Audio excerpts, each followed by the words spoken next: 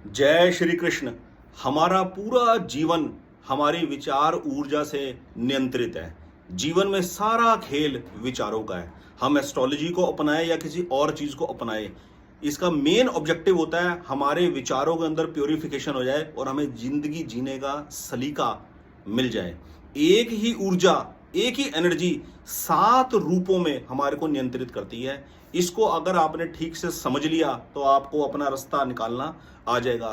3 energy ऐसी है जो हमेशा प्लस माइनस होती रहती है और 4 एनर्जी कांस्टेंट होती है जो पॉजिटिव मोड में ही रहती है आपकी तरफ। नंबर 1 एनर्जी है प्रारब्ध की एनर्जी।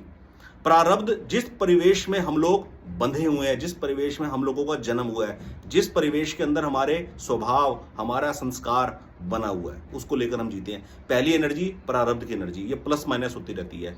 दूसरी एनर्जी नवग्रहों के रूप में हमारे विचारों की ऊर्जा। किन विचारों को लेकर हम जिंदगी को सच माने हुए हैं, जिंदगी में हम किस चीज को सच मानते हैं, जिंदगी में किस चीज को हम झूठ मानते हैं, किन विचारों को पकड़कर हम किस डायरेक्शन में मेहनत कर रहे हैं, ये सारा की सारा कंट्रोल नवग्रहों की ऊर्जा विचारों के रूप में हमारे को पकड़े हुए है। हर एक इंडिविजुअल विचारों का रिप्रेजेंटेटिव है।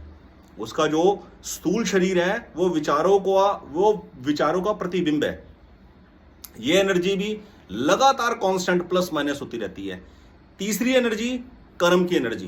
प्रारब्ध और मौजूदा विचारों के आधार पर आदमी कैसे कर्म करता है, किस लिए वो कर्म करता है, आदमी को ये पता होना चाहिए मैं ये जो कर्म कर रहा हूं किस लिए कर रहा हूं, क्या ऑब्जेक्टिव है।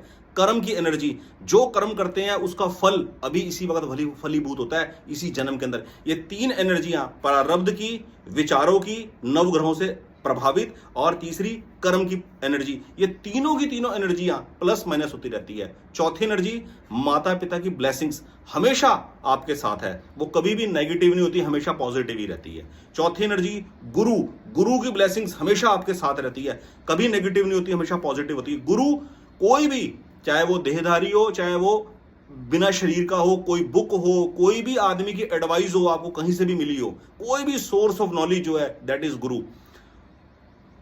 छठी एनर्जी कुल देवता कुल देवी का आशीर्वाद हमेशा आपके साथ रहता है, वो कभी नेगेटिव नहीं होता। और 7वीं और आखिरी एनर्जी ईष्ट देव की एनर्जी, कभी नेगेटिव नहीं होती, हमेशा पॉजिटिव होती है। तो 3 एनर्जियां प्रारब्ध की, विचारों की और कर्म की प्लस माइनस होती है, और 4 एनर्जियां माता पिता की ब्लेसिंग्स, गुरु की ब्लेसिंग्स, कुल देवता देवी की ब्लेसिंग्स और ईष्ट देव की ब्लेसिंग्स हमेशा आपके साथ पॉजिटिव ही रहती है। इन सब बातों को समझकर आपने अपने विचारों को संतुलित करना है और सही राह पकड़नी है। यही